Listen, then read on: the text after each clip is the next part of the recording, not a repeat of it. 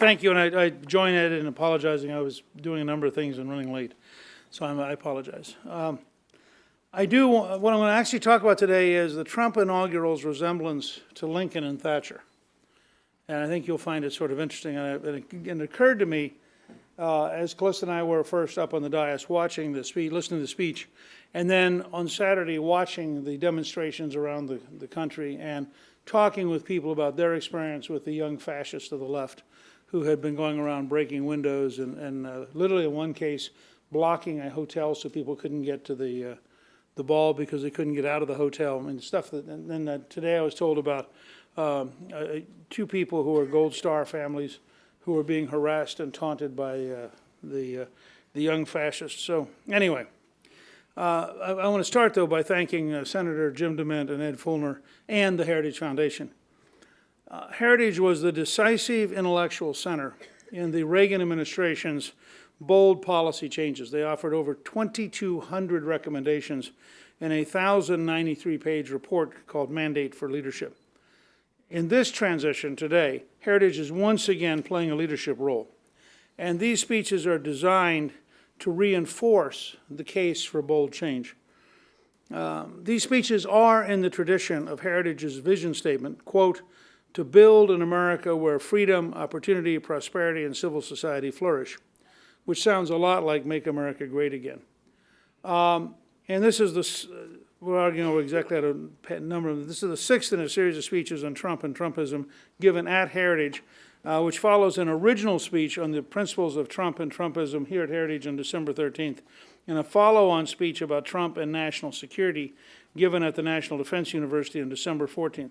All these speeches are available at heritage.org and gingrichproductions.com. And there'll be two more speeches here at Heritage, one on Wednesday and another one next Monday.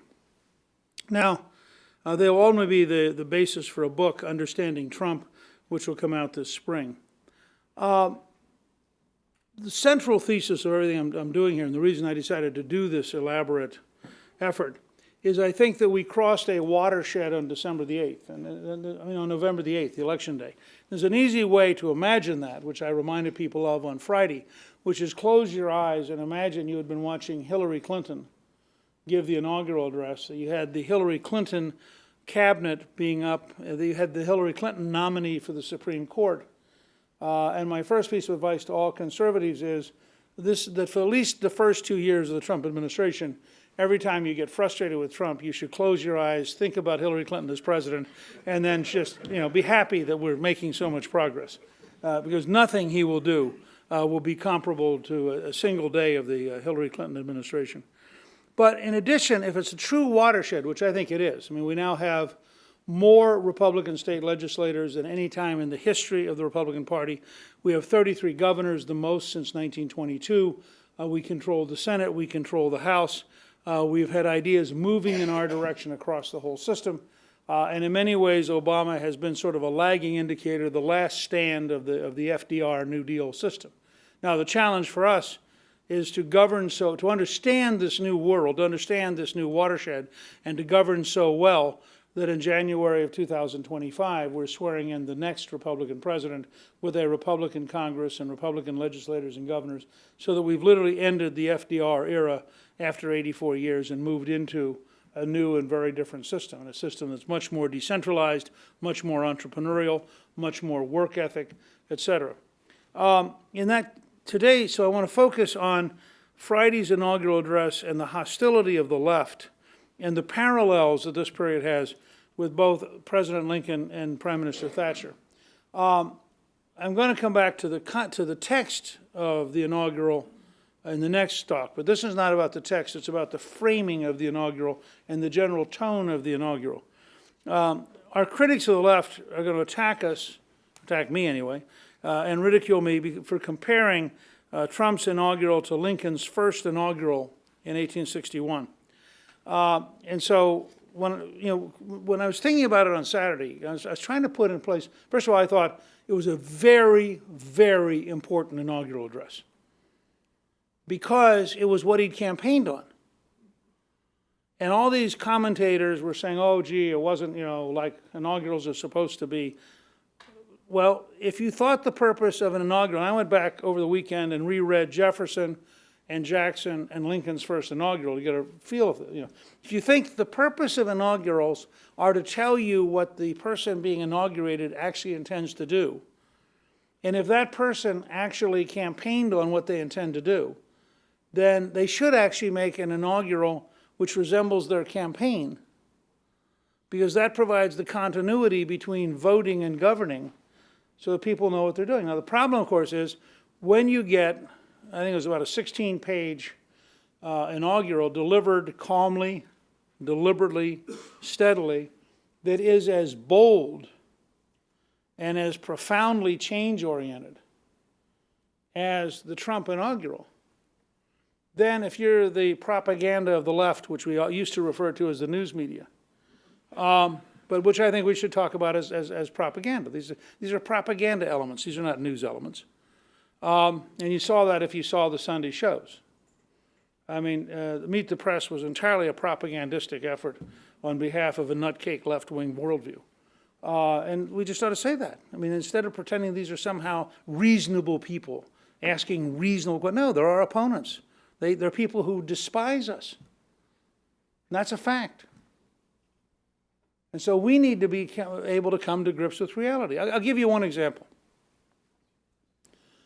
Trump at one point talked about America and the pain we're living through. And people thought, oh, he's using much too strong a language. We had 4,000 people shot in Chicago last year. Now, what words would our left-wing friends like to use to describe a city in which 4,000 Americans are shot in 1 year? And it seemed to me that Trump was pretty much talking about the real world. We also, and this is another example, and this one, by the way, was one of the things that put me over the edge. So Trump gives a speech which probably has as vivid a statement of anti-discrimination as any president has ever articulated.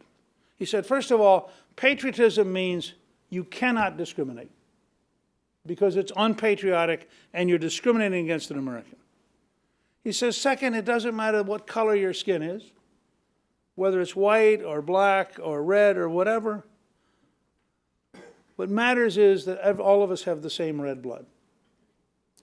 Now, these are pretty strong statements against discrimination, which, had it been uttered by a liberal Republican or a liberal Democrat, would have led to rhapsodic response from people like Chris Matthews, flowing with joy at the commitment to a colorblind America. Instead, it leads to an idiot at Time magazine. Remember the Seem Taleb article I always recommend in every speech, Intellectual Yet Idiot, which I urge you all to read. If you haven't read it, Google Intellectual Yet Idiot, or IYI. So they have an idiot at Time magazine who instead sends out a tweet as the pool reporter, though, so he represents all of the news media, that he is in the Oval Office and they have taken out the bust of Martin Luther King. So they're setting up the following narrative. They're bringing back Winston Churchill, who on the left is seen as a white imperialist, and they're kicking out Martin Luther King Jr., proving how really, truly racist they are. And this must be what we mean by this new, radical right, the alt-right. There's only one problem with it. The bust of Martin Luther King Jr. is in the Oval Office.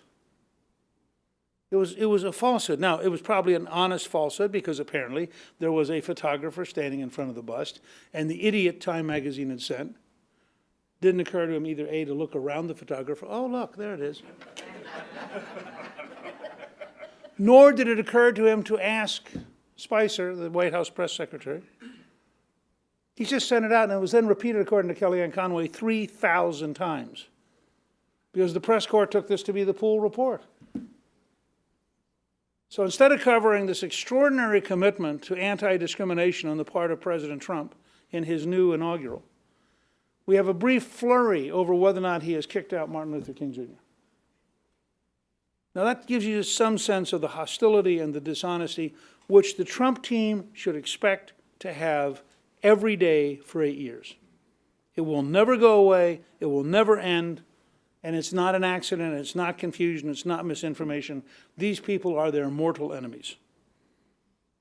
And that's the context. And as I was thinking about it, so I'm thinking about, here's this extraordinary speech in which Trump basically took on the whole national establishment in both parties, which is what he had done for the whole campaign. I mean, first he won a hostile takeover of the Republican Party by beating 16 people, when he was clearly not the candidate of the Republican establishment. Then he beat Hillary Clinton, the national propaganda media, and a billion-dollar campaign in a hostile takeover of the presidency. And so he was here speaking on behalf of everybody who wanted a hostile takeover of Washington, saying, hi, I'm going to be really hostile.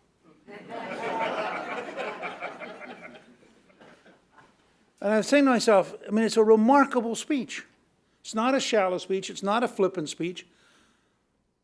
And the only analog I could come up with was Lincoln's first inaugural. Because Lincoln campaigns on a very narrow dividing line. He knows exactly what the South needs in order not to secede. And he cannot give it to them. Because what they need is the right for slavery to extend itself so they could be sure it wouldn't be wiped out. And he can't do it. He won't do it. Doesn't believe in it. And so he tries to walk a narrow line of saying, I'm not going to attack you, but I'm not going to do any of the things you tell me you need. And of course, as a result, the South attacks him. And so I looked at all that and I thought maybe I was too strong. And I knew if I just came in here and said that off the cuff, that if anybody noticed it on the left, they would all go crazy. But I was also thinking about the hostility of the left-wing fascists as they broke windows, intimidated the crowd, harassed Gold Star families, and publicly dreamed about blowing up the White House, which, by the way, should lead to an arrest. You should not be allowed, I don't care who you are, you can't say you want to dream about blowing up the White House. Even though we're now told that, in fact, she didn't mean blowing up the White House when she said blowing up the White House. She meant something else and was taken out of context, because why would you think blowing up the White House meant blowing up the White House? Only right-wingers would think blowing up the White House meant blowing up the White House, when everybody on the left who listened to her knew she was really describing a large purple banana in the sky as part of her sophisticated use of language. So, looking at the unabashed firmness of President Trump's inaugural versus the kind of conciliatory, apologetic, compromising speech a traditional Republican would have made, it seemed to me the right analogy was President Lincoln. So I wrote Dr. Alan Guelzo, who's the Henry Luce Professor of the Civil War era, director of the Civil War era Studies program at Gettysburg College, one of the great students of Lincoln in the country, and one of the great historians in the country. And I wrote in the following. I said, thinking about Trump's inaugural speech, it struck me the parallel was Lincoln in 1861. A clear statement of non-negotiable principles, a bitter opposition, a speech which repudiated none of the most divisive campaign in American history, an appeal to a patriotism the other side repudiated. What do you think? And frankly, I was thinking about today's talk, and I thought if Alan writes back and says, have you just lost your mind? I'd have had to figure out a new topic. So Guelzo replies the following, and it's a little lengthy, but again, this is one of the great historians of the Civil War, who just wrote an award-winning book on the Battle of Gettysburg. That's quite a remarkable book. He said, quote, your points are entirely on the mark. I've done a quick comparative outline of both inaugural addresses, and while the existential situation of the two are very different, on March 4th, 1861, Lincoln was already facing the secession of 7 states, the official creation of a Confederate States of America, and demands for the surrender of federal property. There is this common thread, the sovereignty of the people. Lincoln used that principle to deny that one part of the nation, the 7 seceding states, could break up the Union without the consent of the American people, as well as denying that one branch of the government, the Supreme Court, could overrule the American people's will. Trump invokes that principle to deny that a federal bureaucracy can enrich and empower itself at the expense of the people, as well as denying that identity enclaves can overrule the fundamental unity of the American people. Now, this is Guelzo's outline. Lincoln, 1, denial of radical intent. Application of fugitive slave law must incorporate due process. 2, secession an impossibility. Union is permanent. 3, no rights are threatened by the new administration. The people, not the Supreme Court, are the supreme arbiters. 4, the nation belongs to the people who inhabit it. No objection to amending Constitution if people desire the need for confidence in the ultimate wisdom of the people. This, of course, all presages the Gettysburg Address, where he talks about government of the people, by the people, and for the people. 5, the coda that we are not enemies but friends. It says Trump, 1, people reclaiming government from establishment. 2, establishment has failed its citizens while enriching others. 3, decisions will now be based on the priority of American interest. 4, the U.S. will provide the example but not impose a way of life. 5, the unity of the American people is based on patriotism. Guelzo goes on to say, there is one other point of relationship too, and that is the mix of confrontation and conciliation in Lincoln without any hint of compromise. Lincoln appealed to the better angels of all Americans to promote unity, but along with that, he refused to endorse any compromise short of a popularly endorsed constitutional amendment. He also, and this is more subtle, insisted that the application of the fugitive slave law be done with full respect for due process. This was a carefully calculated rebuke to Chief Justice Taney, sitting right behind him, who had insisted in Dred Scott versus Sanford that blacks could not be citizens and therefore could not claim due process rights. Lincoln's inaugural is often held up as an example of niceness. However, look at how Southern opinion makers went berserk with rage, and you'll understand just how confrontational Lincoln's inaugural really was. A couple hours later, Guelzo wrote me again. He said, I called a few of the following items from the newspapers following the election of Lincoln, and surprise, they sound very, very familiar. I wouldn't wonder if our hyperventilating friends on the left might be surprised to find who this puts them in bed with, meaning the slaveholders. But on the other hand, they're probably blissfully unaware of historical context anyway.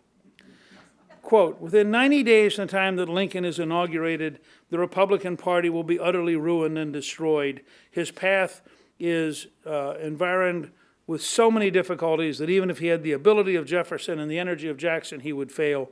But he is a weak and inexperienced man, and his administration will be doomed from the commencement. If he takes that radical section of the Republican Party, the conservative wing of it will cut loose and repudiate him. If, on the other hand, he courts the conservatives and pursues a moderate conciliatory policy, the radicals will make open war upon his administration.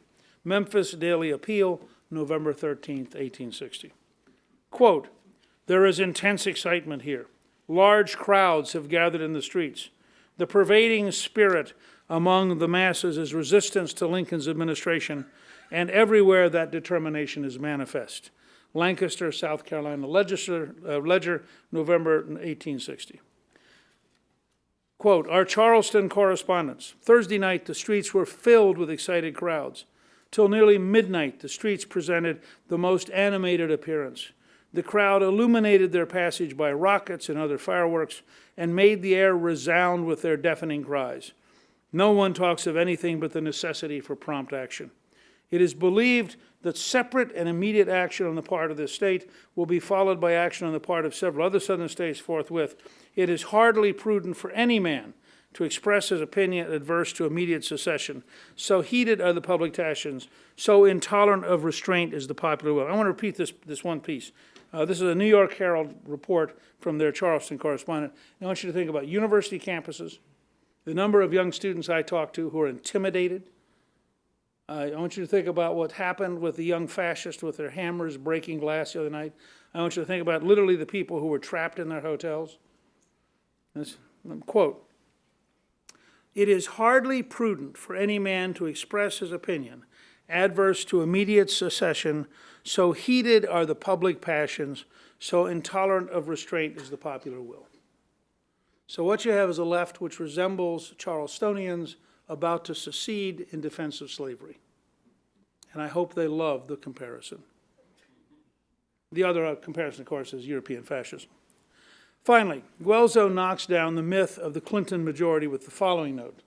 This came even later. He says, the importance of getting your terms right. 1, the Constitution nowhere provides for a popular vote for the presidency. The only process described in the Constitution for electing a president is the Electoral College. It is the states which hold a popular vote for presidential candidates in each state based on their own constitutions and statutes.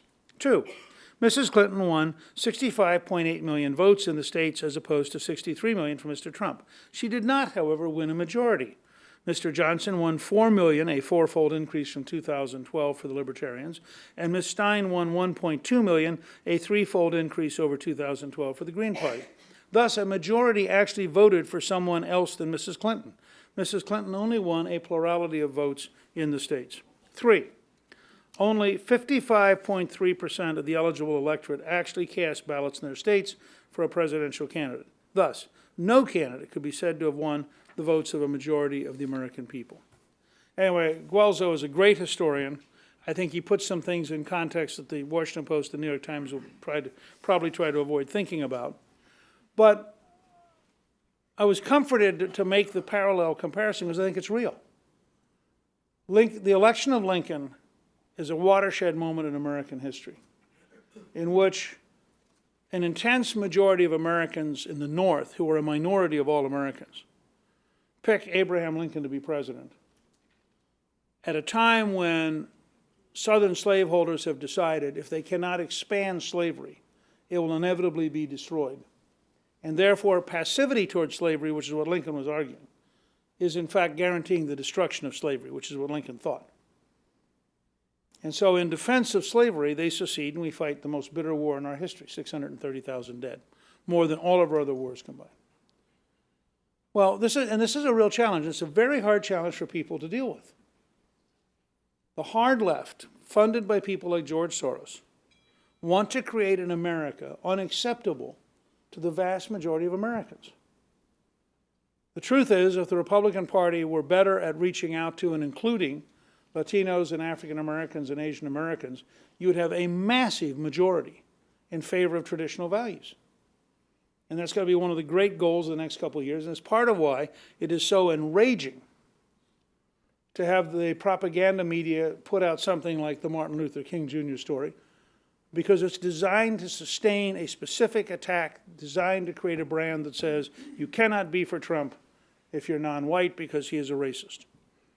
And you're going to see this over and over and over again because they can't solve anything.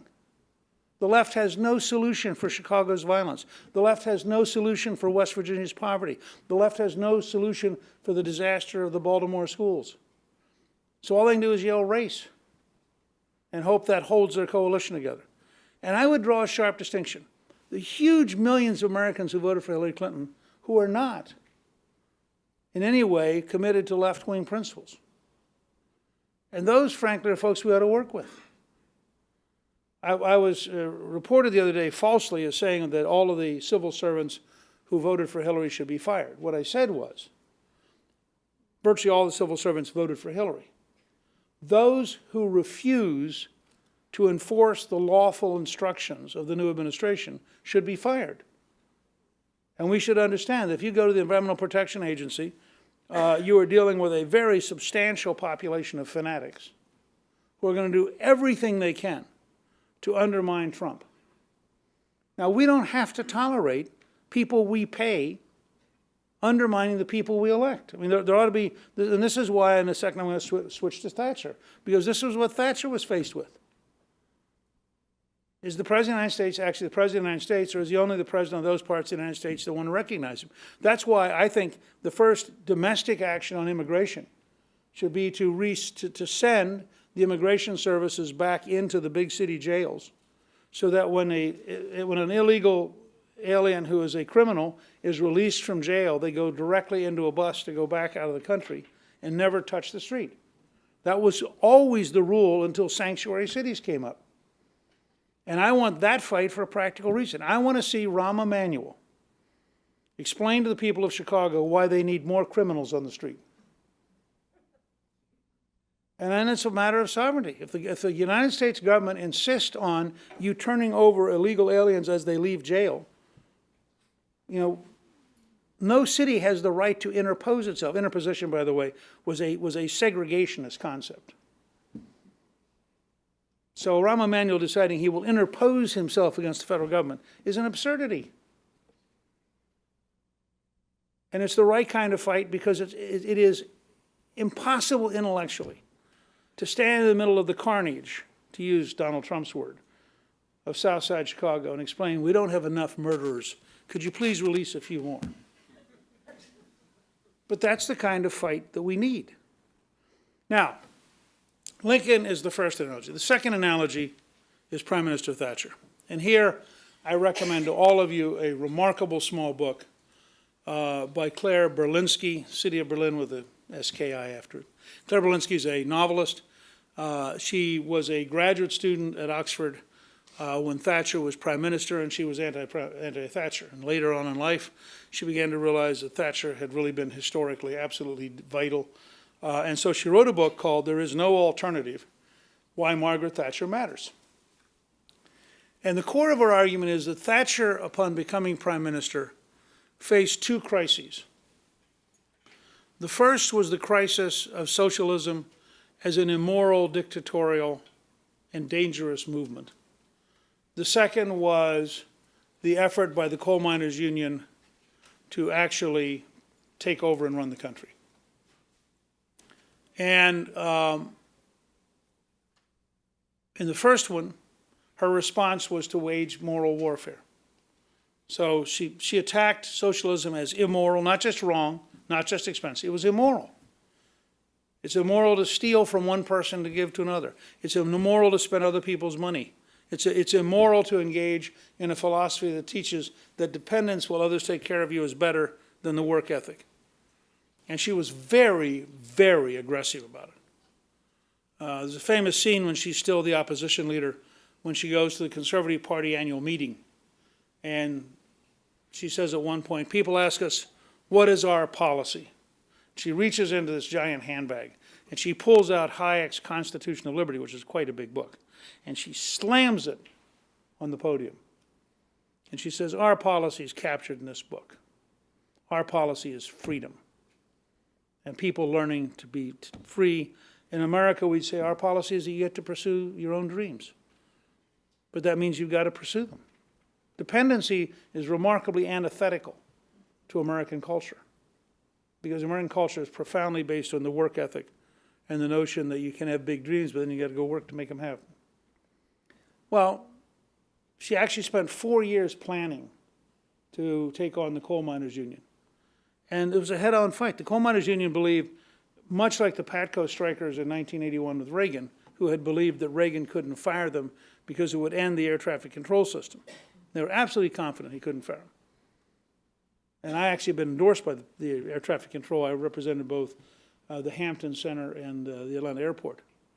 And I had to go to him in the spring and say, you know, this was a great strategy for Jimmy Carter, because he would have caved. But, you know, the election occurred. You're in a new world. He's going to fire you. And they said, oh, he can't do that. He'd risk the entire air traffic system. And I said, trust me. They are planning to replace you overnight. So you go on strike, you ain't coming back. It was an enormous shock. Actually, we know in retrospect, it also shocked the Soviets. It's one of the things the Soviets said genuinely made them worried about the whole dealing with Reagan, that he clearly wasn't Carter. And they had to begin changing all their planning.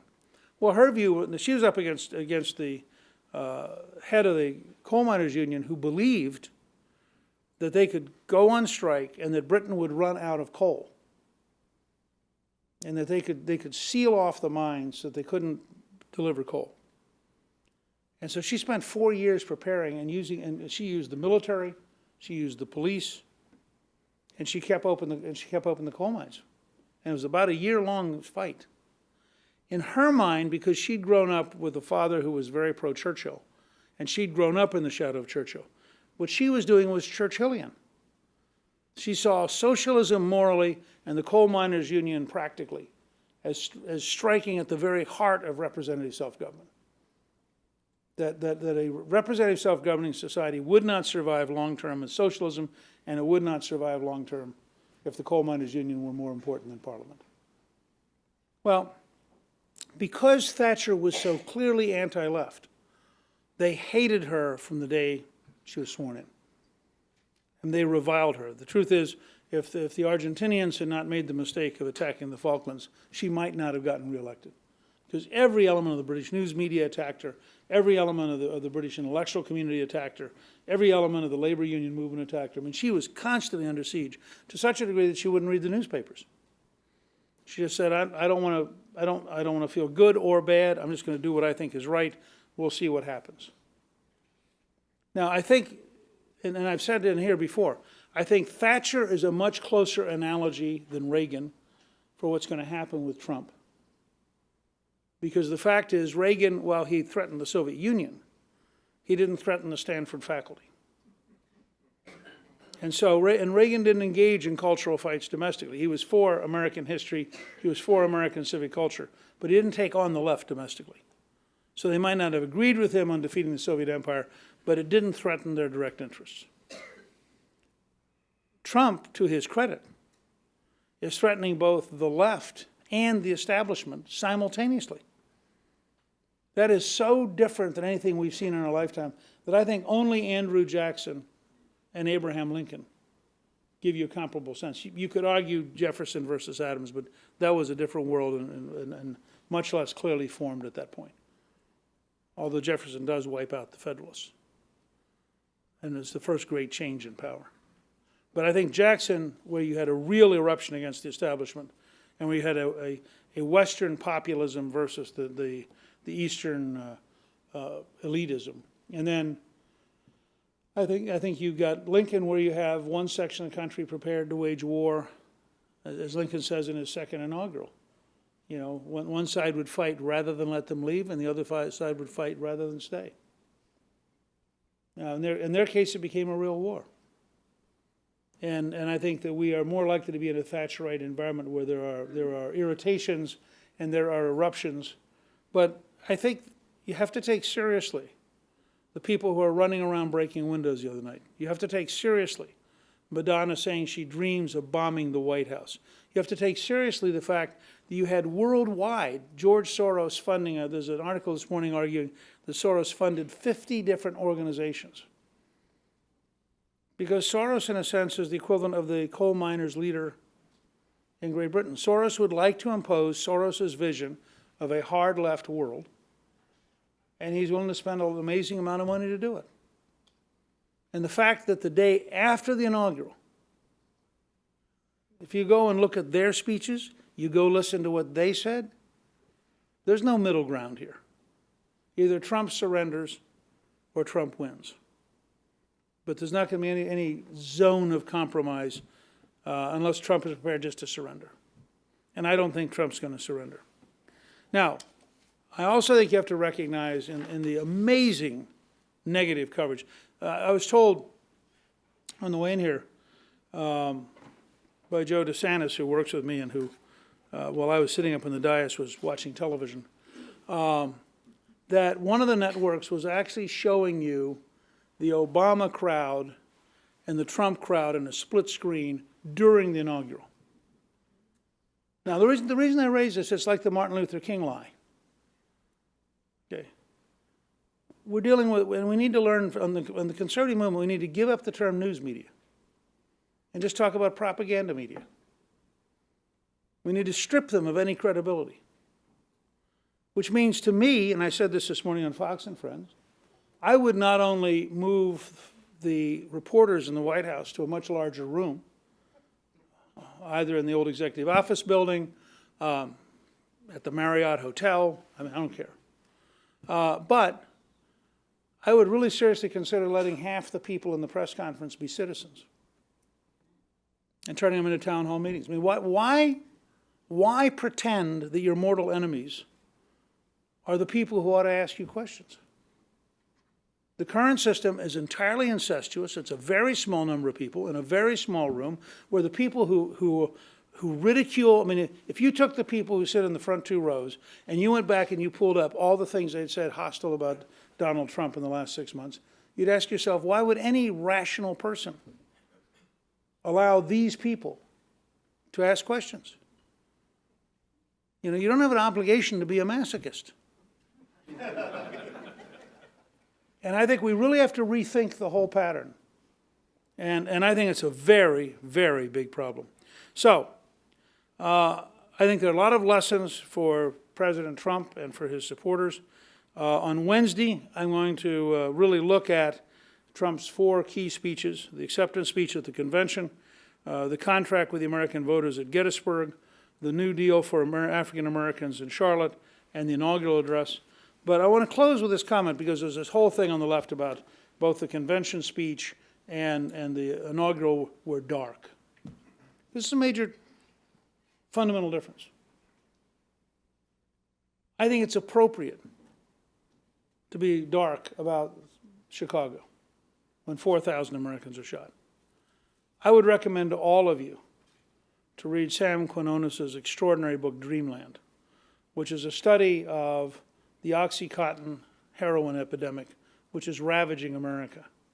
I think it is a dark experience. I suggest to you go to large parts of West Virginia or Appalachia or rural America and look at what's happened to small towns. It is dark. I suggest you look at the schools which now have tyrannies of the left, where fascism on the left is normal, and if you oppose it, you don't get tenure, you can't survive, and if you're a student, you get humiliated and attacked. I think that is dark, and that's one of the major differences. The elites don't care about those who are in pain. The elites don't care about those who disagree except to crush them. And so from the standpoint of the Hollywood elite or the New York elite, they're doing fine. The academic elite, they're doing fine. They've managed to con the rest of us into paying their salaries.